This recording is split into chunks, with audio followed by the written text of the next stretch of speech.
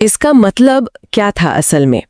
क्या ये सिर्फ एक इजाजत थी या कुछ और भी? नहीं, ये सिर्फ इजाजत नहीं थी।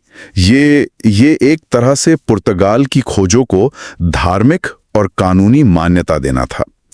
पोप के आदेश में साफ लिखा था कि मकसद है इस्लामी प्रभाव से लड़ना और ईसाई धर्म फैलाना। पुर्तगाल को यह अधिकार दिया गया कि वो नए खोजे गए गैर ईसाई इलाकों पर कब्जा कर सकता है, व्यापार कर सकता है और लोगों को ईसाई बना सकता है। अच्छा, तो इसने पुर्तगाल की मुहिम को एक पवित्र मिशन जैसा बना दिया। तो ये तो एक तरह से खुली छूट थी पूरी दुनिया में फैल जाने की। लेकिन अजीब बात यह है कि प्रिंस हेनरी खुद अपने जीवन काल में भारत का रास्ता खोजते हुए नहीं देख पाए। सही कहा, उनकी मौत 1460 में हो गई। लेकिन उन्होंने जो जुनून पैदा किया, जो रिसोर्स जमा किए और जिस दिशा में पुर्तगाल को मोड़ा, वो उनके बाद भी जारी रहा। उन्होंने वो नींव रख दी थी जिस पर आगे चलकर डियाज और वास्को डिगामा ने इमारत खड़ी की। प्रिंस हेनरी के बाद और वास्को डिगामा के भारत पहुंचने से पहले एक और बड़ी घटना हुई जिसने दुनिया को बांट दिया सचमुच में।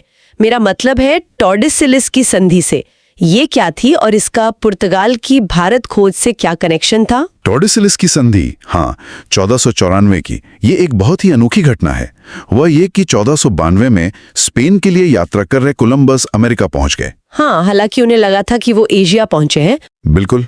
तो इससे स्पेन और पुर्तगाल के बीच नई जमीनों पर दावेदारी को लेकर झगड़ा शुरू हो गया, क्योंकि पुर्तगाली भी अटलांटिक में दक्षिण की तरफ खोज कर रहे थे। तो इस झगड़े को सुलझाने के लिए उन्होंने पूरी दुनिया ही आपस में बांट ली। मतलब ये कैसे मुमकिन हुआ? हाँ, कुछ ऐसा ही। पोप ने बीच बचाव किया। उन्होंने स्पेन के टॉर्डेसिलस शहर में एक संधि की।